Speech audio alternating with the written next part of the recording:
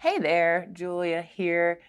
Today I am just totally leaning into the marketing hoopla that is Valentine's Day. I myself love, and so my picks for my February currently inked are what I thought of when I thought of this season. So expect pastels, romantic, sexy.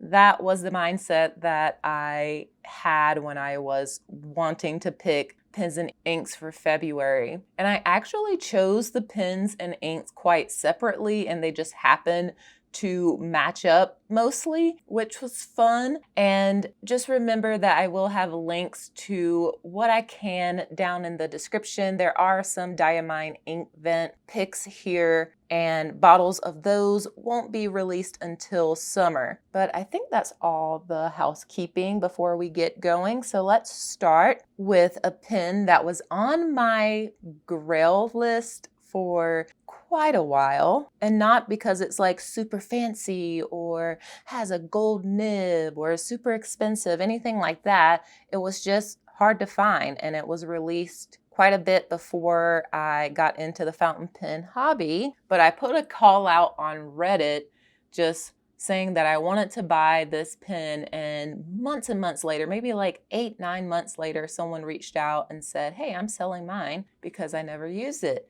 And I was like, yes, immediately, buy. This is the TWSBI Eco in Pastel Pink. And look how pretty it is. I just love this color. Yeah, and it was released some years ago. I have it inked up with Sailor South Dakota, which I have in a sample that I got in an ink swap. And I really feel like a lot of these colors are about to be not my typical, but still very nice, very legible. I think legibility is the most important thing to me when it comes to inking up pens.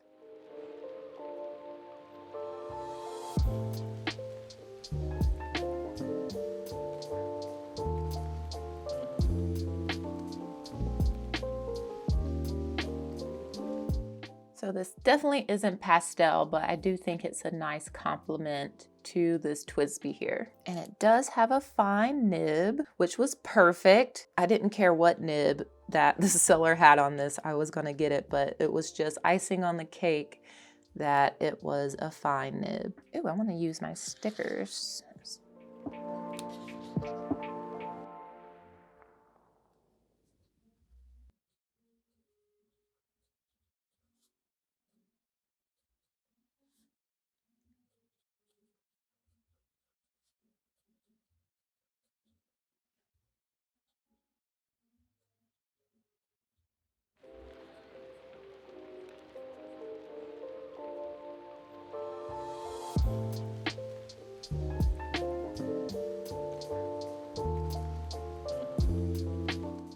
And it's even more Valentine's-y with the little red TWSBI finial there. So cute.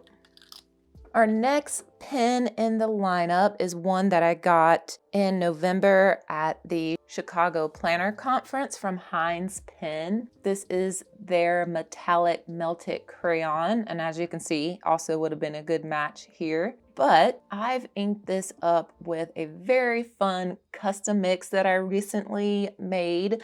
Let me see if I can find what the recipe is here. Okay, yes, this mix I'm calling Smoke Show with an exclamation point, but this is 8 parts, so mostly Ferris wheel press 3 steamboats, which came with my little dabbler fine liner pen, and I mixed that 8 times, and then 1 part Waringal Metamorphosis, which is this dark burgundy color. So mixing those together, I came up with this lovely muted purple, and I just kept it in the Ferris wheel press charger bottle.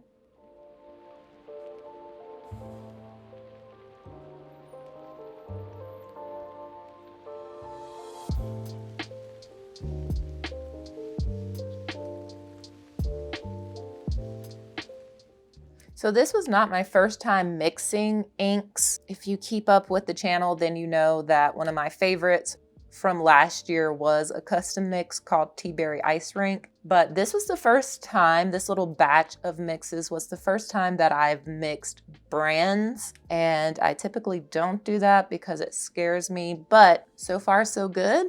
It seems very stable and nothing odd has happened with mixing these two brands. This also has a fine nib and has a purple nib, purple coated nib there. It's very pretty, but this is a chunker. It's very, very girthy, both the pin and the section, but I have large hands. It seems fine to me. Is this a fine nib? Yes, it just seemed not so fine in that initial word there.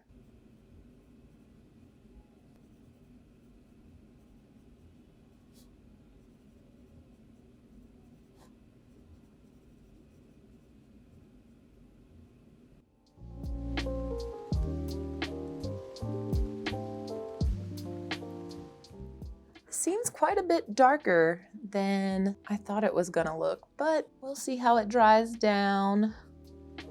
You can definitely see some of the more purpley tones here. Yeah, it's like a purple gray. See how that looks when it dries down. Isn't this pen just so pretty? With the teals, the like reddish pinks, the purples, and the little silver flakes in there. So nice. So you can't have a currently inked here without inking up an Esterbrook Estie, right? So this month I have inked up the Esterbrook Estie, the Bungubox, the first collab.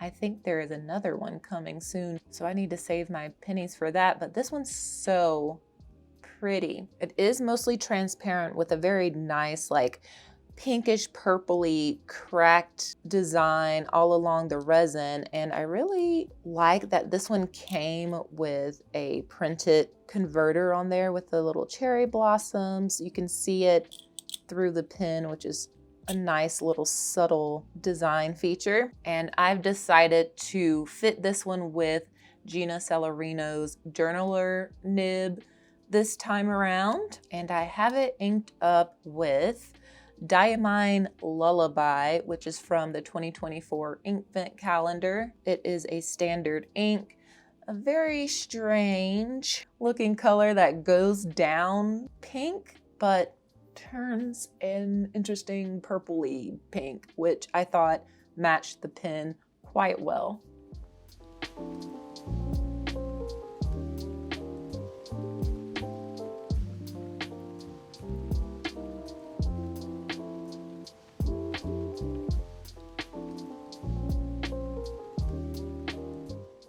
And if I remember correctly, this is Gina's standard journaler, so it is made from a medium nib initially.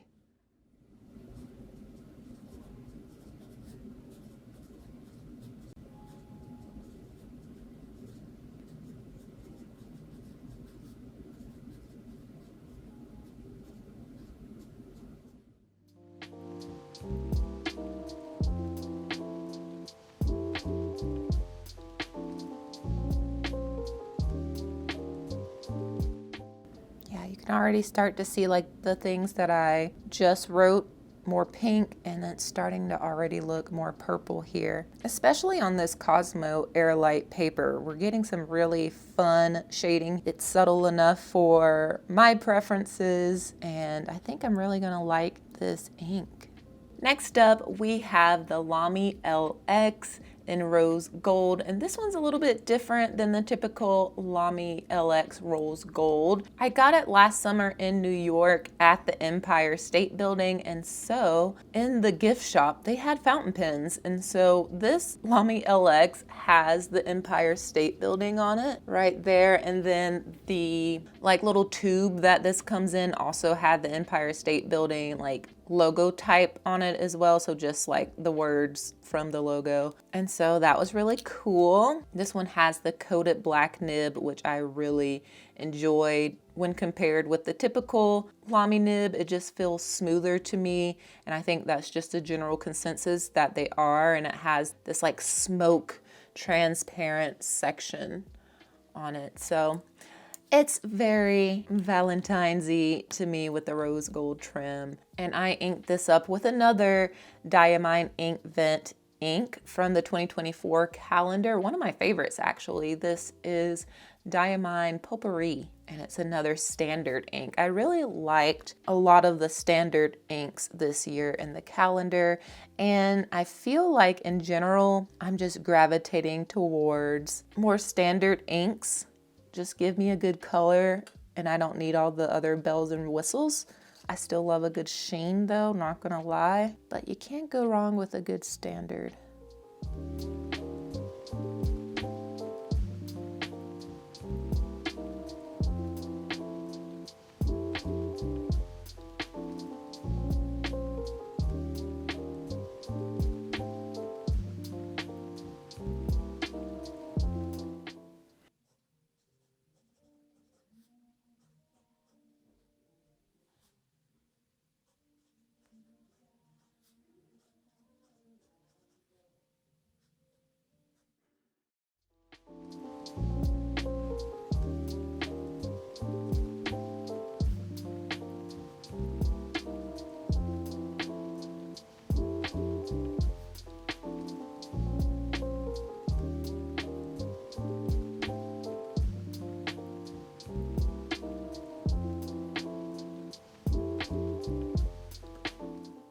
Next up, we have the Kaweco Sport, and this is a recent release. It is the Hello Kitty transparent sparkly purple one. They came out with two. One was a little more like frosty pink, sort of like this, and then the other one was this transparent purple one, and I just thought it was super cute. I've always thought Hello Kitty was really cute. I wasn't like super into it, but I used to work at Spencer's. We had Hello Kitty stuff. I used to work at Hot Topic for quite a while, also Hello Kitty stuff, so I've always kind of had it in my peripherals. I mostly got it for the color and the sparkles, but it does have a little Hello Kitty face on the nib. You can see that. But I have this inked up with yet another Ink Vent ink from this past year. And I went with Icy Lilac for this one. You can already see from the bottle that it's gonna be matchy-matchy. This one is shimmery, so we'll give it a little shake.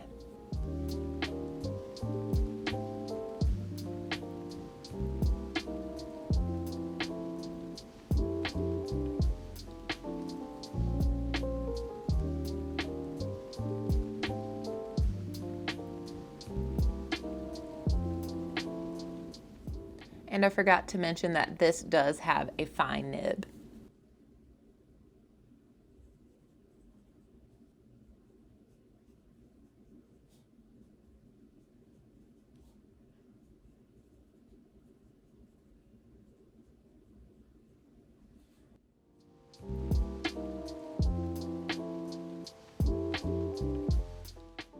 I love this. This is so pretty, and it just flows really well out of this Kaweco. I'm loving how everything looks so far. This is looking so dreamy. The next pen I purchased in September. I only remember that because it was during Sailor's Don't Miss the Boat sale, and I actually haven't inked this up yet, so I'm very excited to finally get into it.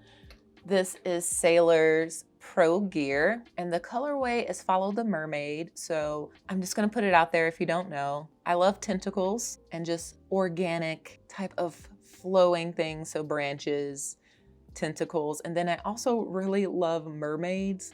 So I just knew at some point I was gonna get this pen. It's been out for a while and I could never justify the price, or there was always something else that I felt like I wanted more. But with the Don't Miss the Boat sale, I just thought it was the perfect time to grab this. And I got it in a broad, which I typically do not do. But I figured since it's a Sailor, the broad won't be as broad. Yeah, I have another Pro Gear that has a medium nib. Do I? Because I think it got changed to a journaler. Either way, I know I enjoy a sailor medium nib, so I wanted to bump it up just a little bit. So this one does have a broad. I have this inked up with Robert Oster, Romeo and Juliet, which, I mean, you can't get more Valentine's-y than that, maybe? It fit the pen as far as color, and it fit the theme here, I guess. But I got this, where did I get this? I think in the Reddit Secret Santa exchange. Anyways, I have it now, and that's what we have inked up in here.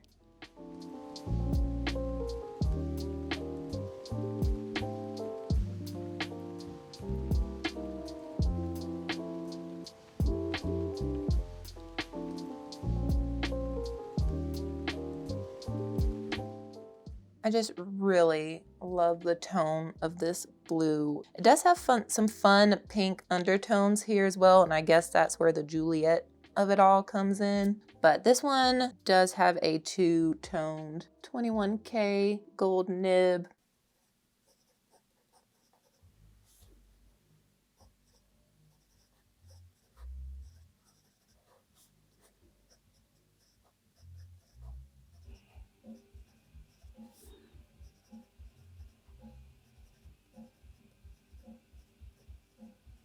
And yes, it is nice, broad, juicy. You still get like a hint of that sailor feedback, but it's much smoother than even my mediums, I would say. I do make an adjustment when I'm writing with broader nibs, making my counters a little larger. So counters are just like the spaces, the white space inside of letters. So think about the inside of an O, the little top part of an E, the negative space here in the A, just kind of making those letters a little more exaggerated, I find helps. If you're used to writing with smaller nibs and you want to venture into broads. Yeah, so not an exact match, but I think a really fun complement. Next up, we have the Bonu Euphoria in the caviar colorway. I just thought this fit into the more sexy realm, and it has some fun, you know, sparkles in here, and has a black section. I actually have a video on Bonu Euphorias. If you're curious about them, I'll link that up above for you. But the nib I have on this right now is JC, the Nib Tailor's reverse seamstress nib, which is a fun little slicey nib, and it is pretty fine, even though I did get this ground from, I think, a broad.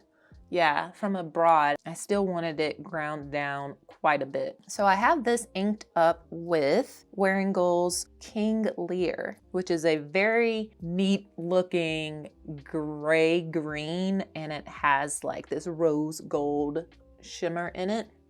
And I've used this for quite a bit of ink matches, and I've sent it out quite a bit in ink swaps. I've had it for a while, and I don't think, I could be mistaken here, but I don't think that I've ever inked it up in anything, and there's a good amount of it used, which is funny. But this is the month.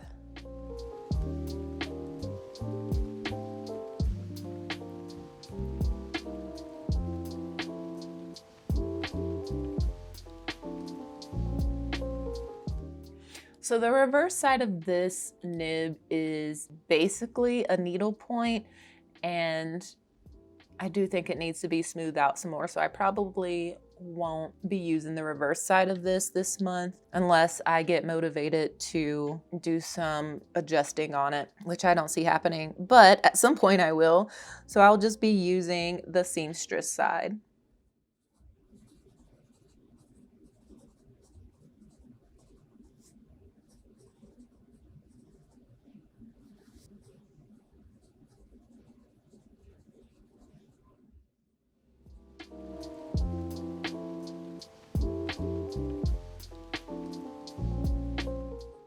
You can kind of see here that the downstrokes are thinner than the cross strokes. So I would say that this is like an architect, but it seems like a more forgiving, easier to step into architect.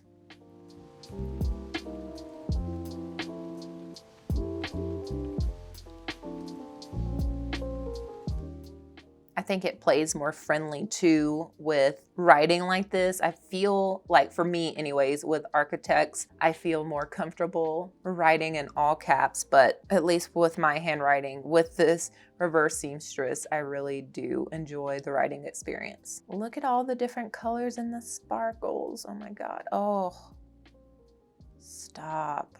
Okay. Next up, I have a giveaway win that I'm inking up. Yes, another one. I've been on some kind of weird, freakish roll lately with that. And this one is from Papa J Woodworks. If you remember, he did my wedding pin, which I will always just treasure. But this is his first anniversary pin. And as far as I know, it's a one of a kind. And it's based off of his very first kit pin, his very first pin that he turned, and it's just super cool. I love a demonstrator cap, and so we have that here with the gold flakes, and you can see the nib through it. It's a Bach nib. And then on the finial here, we have 3 little flowers. It's very rectangular and quite bulky, except for the grip section here, which has the little dip for your grip. So it's super, super gorgeous, really special. So thankful that I won this kind of like random draw giveaway. But I have this inked up with Wearing Gold Path. And this whole pen and ink combination was a last minute addition, especially after I looked at some of the inks that I want to use this year that I've maybe been neglecting, or in my case, a lot of new inks that I would probably overlook for a while. This was one of them, and I got it as a Christmas gift. I've been wanting it forever, it seems like. But it is a gorgeous shimmering olive, a goldish olive, I would say.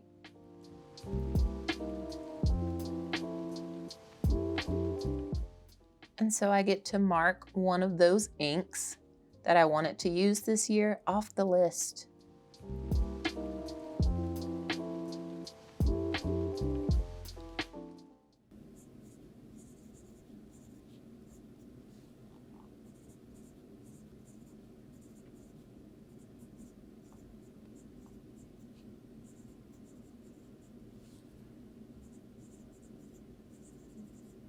And this does have a fine nib. I don't think it says on here, but I'm pretty sure it's a fine.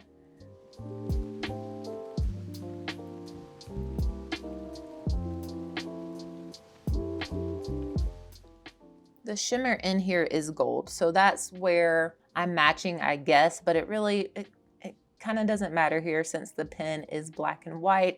Very neutral. I could pair this with any ink, and I think it would be great.